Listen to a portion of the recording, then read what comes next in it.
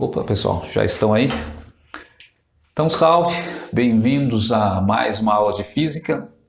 Hoje eu quero falar com vocês sobre algumas aplicações agora dos conceitos de pressão que nós estávamos estudando na aula passada, mas agora no campo da medicina. Nós vamos falar sobre a pressão sanguínea ou a pressão arterial. Você sabe, por exemplo, como se mede a pressão arterial? Qual é o mecanismo para conseguir auferir essa medida da nossa pressão arterial? Você sabe por que quando você vai no médico ele fala sempre dois números para a tua pressão? Por exemplo, 14 por 10, 15 por 9, sempre dois números. Então fica com a gente nessa aula que a gente vai responder essas duas questões e outras mais, na verdade, nós vamos responder 11 questões sobre a pressão sanguínea e a relação da física com a pressão sanguínea. Então fique aí que a gente já volta.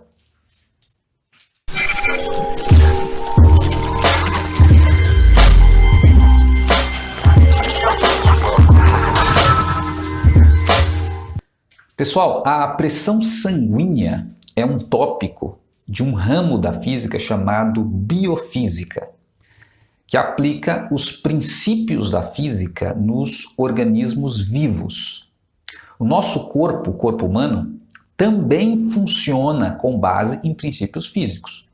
Em especial, o nosso sistema circulatório, ele funciona com base nos princípios da física. O sistema circulatório, na verdade, é um sistema hidrostático.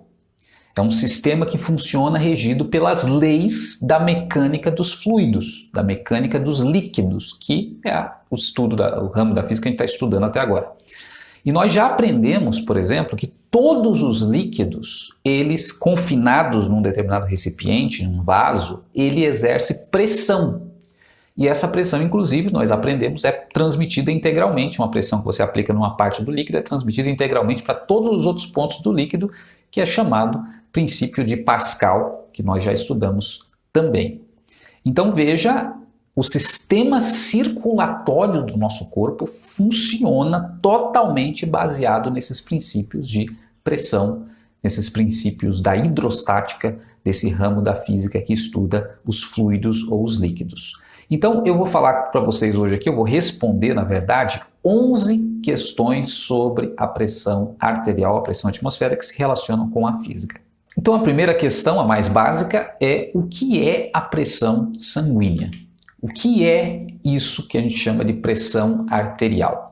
Então veja, a pressão arterial nada mais é que a pressão que o nosso sangue exerce sobre as artérias, as paredes das artérias e veias do nosso corpo, os vasos sanguíneos.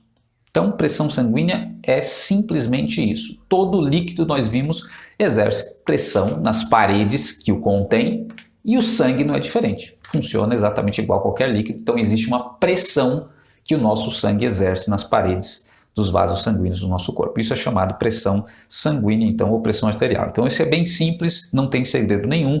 O nosso corpo é um sistema formado por milhares de vasos, todos eles cheios de sangue, desse líquido vermelho que todos nós temos, né? Eu presumo que todos nós temos, né?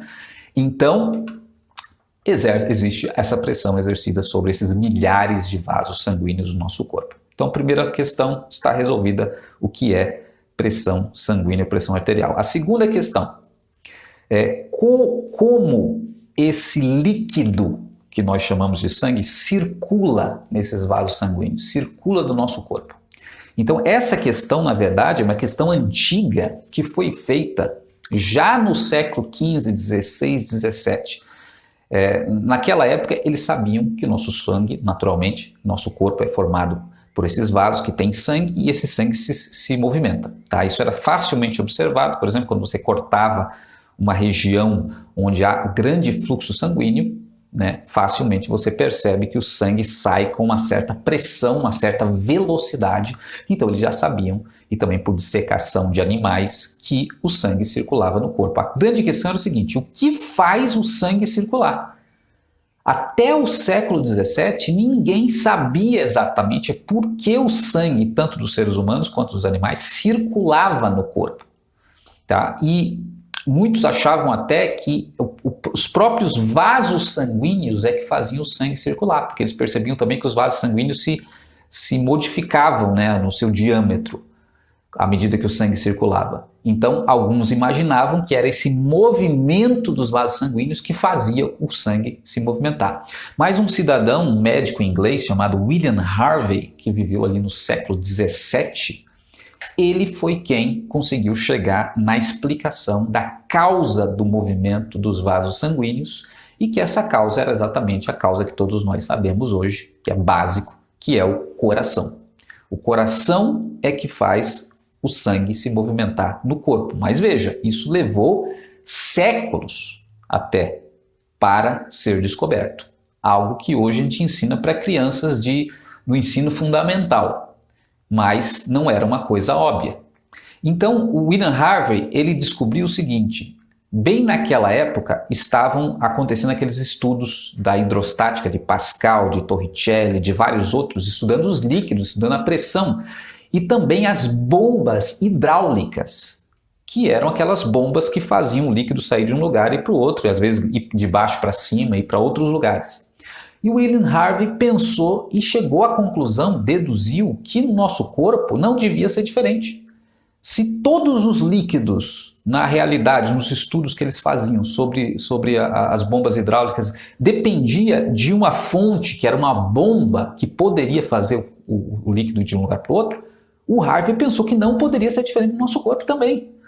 Então ele fez essa analogia. O nosso coração é uma bomba hidráulica que faz o sangue se movimentar por todos os vasos sanguíneos. Então aqui tem um esquema de um sistema hidráulico muito simples que serve para a gente entender como funciona o nosso próprio corpo. Extremamente simplificado aqui só para entender.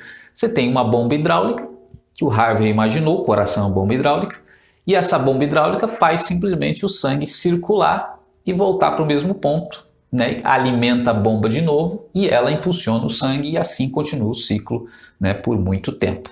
Então, esse é o esquema de um sistema hidráulico circulatório. Precisa de uma bomba, precisa dos vasos por onde leva o líquido e essa bomba é que impulsiona esse líquido para se movimentar.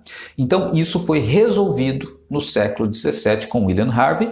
Então, hoje a gente pode falar, então, para responder essa questão, como o líquido circula nos vasos. Circula graças ao coração, que é uma bomba hidráulica que impulsiona o sangue para todas as partes do corpo.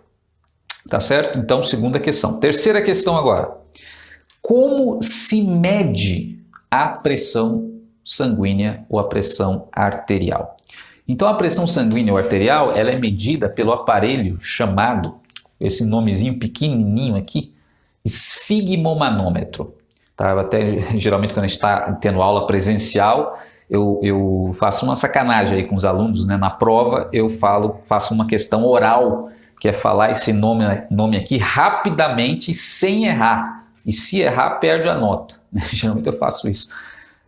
Porque é um nomezinho bem complicadinho, né? E grande, né? Então, falar bem rápido. Então, você consegue falar esse nome bem rápido aí? Esfigmomanômetro. Esfigmomanômetro. Tenho certeza aí que vai ter alguns que não vai conseguir falar. Esfigmomanômetro. Então, esse aparelho, esfigmomanômetro, é o aparelho que é utilizado para medir a pressão sanguínea. Todo mundo já teve contato aí com esse aparelho, provavelmente em algum momento da vida, né? Foi no posto de saúde, foi no médico, e o médico colocou lá o aparelho no seu braço e mediu a pressão. Então a questão aqui é a seguinte: como que funciona? Todo mundo já viu, já se submeteu ao médico medindo a sua pressão, mas como é que funciona isso fisicamente falando, esse aparelho? Então, basicamente, você lembra do aparelho, o médico coloca no seu braço uma espécie de um balãozinho, ele infla esse balão e vai apertando o seu braço, e depois ele pega um estetoscópio, que é aquele aparelhozinho que ele coloca no seu coração também para ouvir os batimentos cardíacos, só que ele coloca no seu braço o estetoscópio. E aí ele vai esvaziando o balão e ouvindo o estetoscópio no seu braço. Ninguém entende o que ele está fazendo ali. Eu sei que no final saem os números lá que ele diz que é a nossa pressão. Mas como que funciona isso? Coloca lá, aperta, o que ele está fazendo na verdade? Então veja, na verdade, aquele balão que ele coloca no seu braço e infla é para interromper a sua corrente sanguínea, parar de circular o sangue no seu braço. É por isso que dá uma agonia em você quando ele começa a apertar aquele balão lá, você começa a ficar agoniado, por quê? Está interrompendo completamente a circulação sanguínea no seu braço. Então tá aqui, por exemplo, o seu vaso sanguíneo, aquele balão aqui que eu coloquei em amarelo, ele começa a inflar e começa a fechar o vaso sanguíneo até que fecha completamente. Aí interrompeu a sua corrente sanguínea. Só que a partir daí o que ele faz? Ele começa a esvaziar o balão e coloca o estetoscópio na sua veia aqui do outro lado, que não tem sangue. E esvaziando o balão, ele vai ouvindo para prestar atenção quando as primeiras gotinhas de sangue começarem a passar da região onde estava obstruída. E aí ele consegue ouvir as primeiras gotinhas de sangue. É nesse ponto que ele vai marcar a pressão. Então o que está acontecendo aqui? Na verdade, o médico não está medindo a pressão do seu sangue. Ele não tem como acessar o seu sangue lá, né? Não ser de uma forma invasiva. Mas se ele acessar lá, já vai perder também, porque a pressão do sangue vai mudar. Ele está medindo a pressão do balão que está apertando o seu braço. Então ele infla o balão e ele está medindo aqui, tem esse reloginho ligado ao balão ali, que está medindo a pressão do balão. E à medida que ele esvazia o balão, vai esvaziando o balão, quando o sangue começa a passar novamente, significa que a pressão do sangue está vencendo a pressão do balão. Ou seja, quando as gotinhas de sangue começam a passar, e no estetoscópio ele ouve igual gotas mesmo, né? Glu, glu, glu. Ele vai ouvindo gotinha por gotinha, está começando a passar, então ele deduz a pressão do sangue naquele momento está praticamente igual à pressão do balão, porque o sangue está começando a vencer a pressão do balão para passar. É assim que ele determina a pressão do seu sangue, então, de uma maneira indireta. Quando o sangue começa a passar, ele deduz, ele olha o reloginho que está marcando a pressão do balão. A pressão do sangue é igual à pressão do balão naquele exato momento. Então, o esfigmomanômetro funciona dessa maneira, uma grande sacada, né? Porque é difícil mesmo você, se não fosse dessa forma, como você iria medir a pressão dentro dos vasos sanguíneos sem ter que abrir a pessoa, enfiar alguma coisa dentro da pessoa. Então, uma sacada de inteligência, uma invenção inteligente. Ele mede a pressão do sangue indiretamente através dessa pressão do balão. Ok? Entendido? Então não esqueça que depois vocês vão ter que responder essas questões aí. Qualquer coisa vocês voltam a fita lá, voltam no YouTube ali o vídeo e aí vocês conseguem escutar de novo a explicação. Mas é isso. É assim que se mede a pressão sanguínea dentro dos vasos. Quarta questão então agora. Qual é a unidade de medida de pressão? Se o médico está medindo a nossa pressão, tem que ter alguma unidade de medida. E nós já aprendemos as unidades de medida de pressão, algumas delas pelo menos, né? Então lembra das aulas passadas, nós vimos que tem o Newton por metro quadrado, que é o Pascal também, tem o ATM, tem o centímetro de mercúrio. Então toda medição na física tem que ter uma unidade de medida correspondente, igual a medição de temperatura, igual a medição de comprimento, de distância, sempre tem que ter a unidade de medida, metro, quilômetro, graus Celsius e assim por diante. Qual é a unidade de medida que o médico, que o esfigmomanômetro usa? É o centímetro de mercúrio. Então, toda vez que o médico te fala a pressão, a sua pressão, ou a pressão lá do seu pai, da sua mãe, da sua avó, quando você mede a pressão também num aparelhozinho automático, né? Aqui a gente está falando desse aparelho do médico que é o mais seguro, né? Mas tem aqueles automáticos também que medem a pressão, mas que são menos confiáveis, tá? Nunca confie totalmente naqueles aparelhos que você compra em farmácia, que são eletrônicos, tá? A aferição exata mesmo você só consegue com esse esfigmomanômetro aqui que o médico usa. Os outros são aproximados e pode dar alguma incerteza, às vezes até grande. Então não confie totalmente, mas também a mesma unidade de medida. Todos eles dão a pressão em centímetros de mercúrio. tá? Então não esqueçam disso também.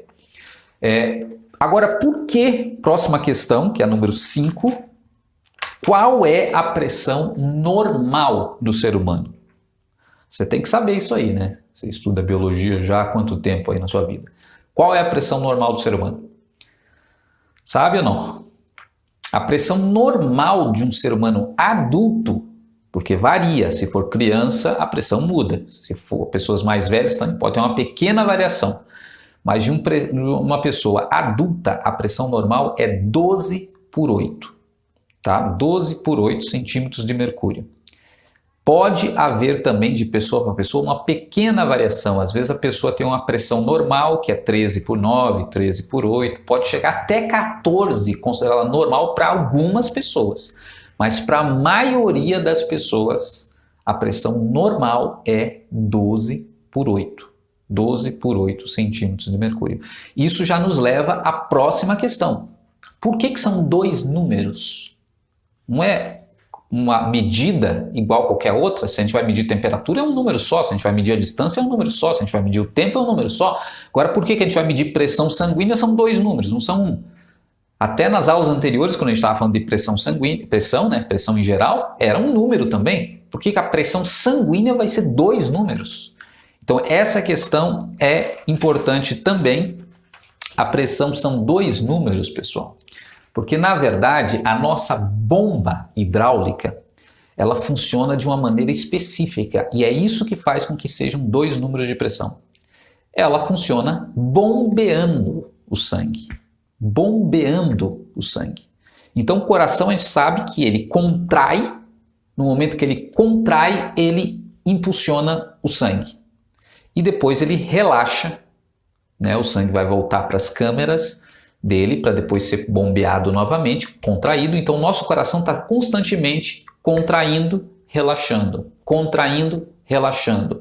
E a pressão vai acompanhar exatamente esse batimento do coração, esse bombeamento do coração. No momento que o coração contrai, bombeia, a pressão aumenta, o sangue é impulsionado com mais velocidade e a pressão sobe.